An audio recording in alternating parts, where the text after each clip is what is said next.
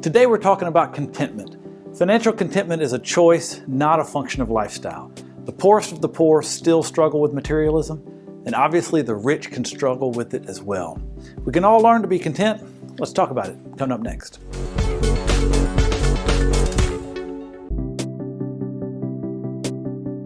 I want to cut into this video to give you an update on our content. Our aim is to bring good content about financial planning. We post videos every Monday. Now, we're going to start doing once a month a video that still deals with retirement planning, but it comes from a biblical perspective. We believe the Bible is the authoritative and timeless source of wisdom for all decisions, including financial decisions. This is one of those videos. I hope you find value in it. Hey, this is Mel Stubbs. I'm a financial planner here at Christy Capital Management, and we help people realize that they have enough so they can free up money to give to kingdom purposes. Money reveals the condition of your heart. Did you know that the Bible has over 2,300 verses about money and money management? Tim Keller, who's a popular American preacher, has said that he's helped counsel lots and lots of people, and they've confessed a lot of different sins to him. But you want to know the one sin that they have not confessed to him? Greed. Nobody ever thinks they're greedy. You see, the condition of your heart is revealed when you try to answer the question, how much is enough? John D Rockefeller, who's widely considered the wealthiest American of all time, he famously answered the question, just a little bit more. Wouldn't you agree in American culture that a lot of us have that same answer? And the truth is that the answer to the question, how much is enough, it's neither more nor less. It's not more money nor less money. It's not more stuff or less stuff. You see, Scripture teaches that the answer to how much is enough is what you have right now. Let's look at Hebrews chapter 13, verse 5. Keep your eyes free from the love of money and be content with what you have, because God has said, never will I leave you, never will I forsake you.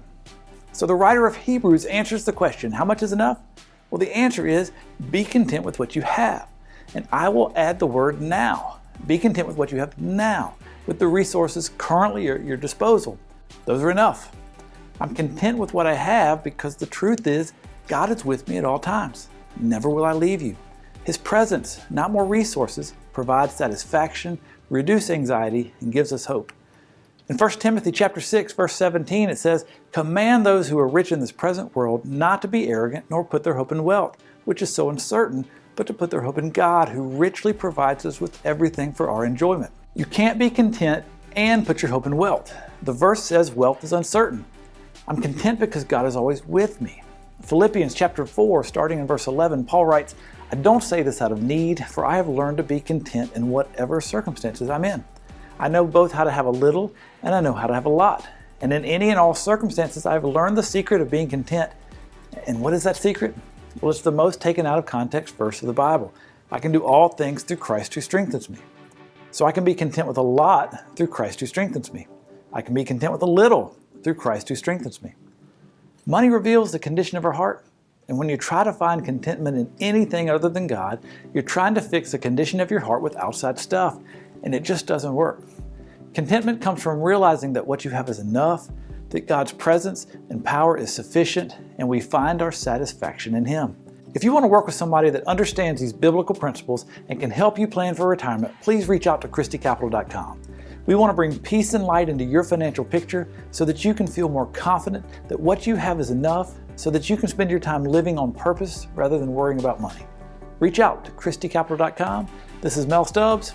I'll talk to you next time. We need to do the proper disclaimers. The purpose of this video is not to give specific tax advice or investment advice. We're going over general principles and ideas that can be used, and if used correctly can save and avoid taxes.